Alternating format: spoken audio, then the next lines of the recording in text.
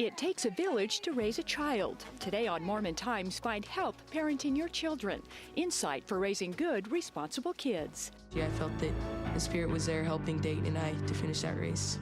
Meet two young deacons whose friendship and determination inspired an entire city. And a favorite professor at BYU shares his passion for teaching. I see them as sons and daughters of God and as my brothers and sisters, and somebody that I'm willing to sacrifice my life for. A passion that began as a missionary. That story and more next on Mormon Times.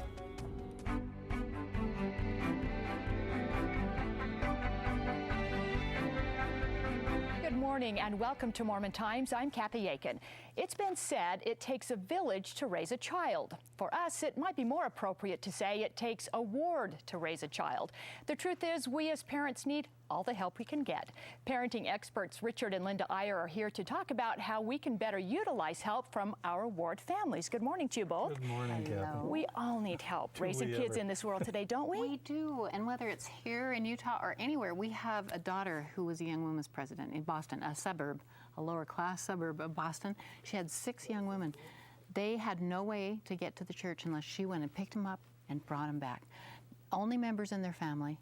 And she had them to dinner one night, and they, at the end of the dinner, said, "We've never sat at a table before in our lives, ever. We always just sit and they really need the church. A TV stand, watching TV." But honestly, these girls already, the stories are starting to come back from her efforts as a young women leader, that they are finishing college and doing the things that they should be doing just because of that one influence. It's so fabulous what the ward can do. It doesn't mean we should rely on the ward. The buck really does stop with parents, but what a support system, Kathy. I mean, can you imagine trying to do it without that support system of the ward? But it's more than just being in the ward, right? Yeah. What does it take? Well, I think a lot of parents take it for granted. They say, well, in fact, some parents go so far as they're like the general contractor, and it's, well, I just get them to church, and their advisors and their teachers will do all the work. That's a really bad approach. Right. We ought to do just the opposite. We ought to say, they're my kids, it's my responsibility, but if I can link in, if I can know the priesthood advisor, if I can know the teacher, if I can call them every once in a while, how's my child doing? What do you think? Here's a worry I have. That social distance sometimes of an advisor or a teacher, they can do more with your kid than you can. Yeah, so true. And I'm so grateful for that. When our oldest went on his mission, I was able to look back and be so grateful for the teachers, for the bishops, for scout leaders, Linda. Yeah, oh, do we appreciate that? We don't even appreciate it until you get past it. I mean, we have 5 Eagle Scouts. There's no way we could have done that on our own. These are wonderful scout leaders that just come along and dedicate their lives and sleep in those igloos.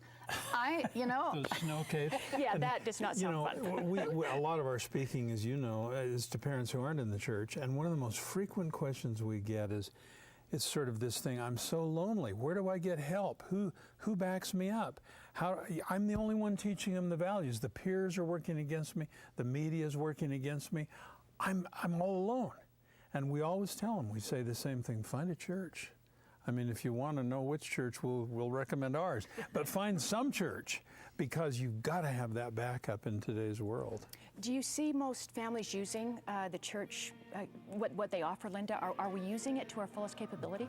Well, I don't think so either, but I do think that there are women and young women. I mean, we now have another daughter that's the Young Women's President, 37 young women that she is trying to keep track of, but her team is fabulous. And I think that parents need to realize a little bit more and ask a little bit more when they get home.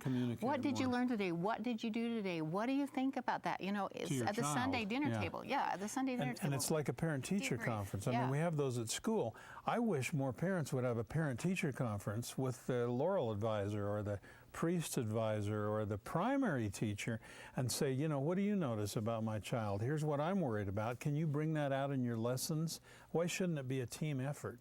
Yeah, that's what I was going to say. How can we best then work with our ward leaders? Is it just the communication, the consistent, constant communication? I think, I'm going to go on record right now. I recommend that a parent pick up the phone and call each of the teachers of each of those kids. Number one, to thank them. Right. Just to say, thanks for all you're doing. I agree. And number two, to say, here's some things maybe you should be aware of that I'm struggling with this child.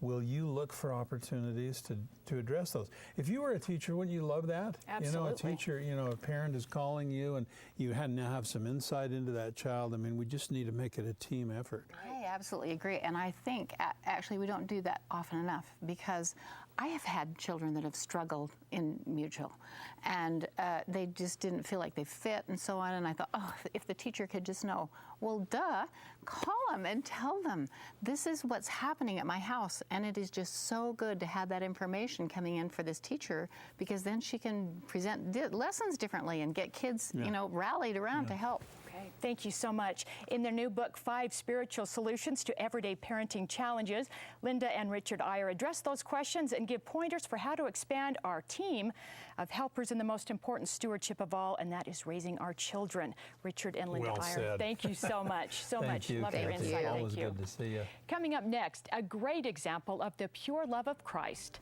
When I got on that bike, it felt harder pulling someone else with me the entire way.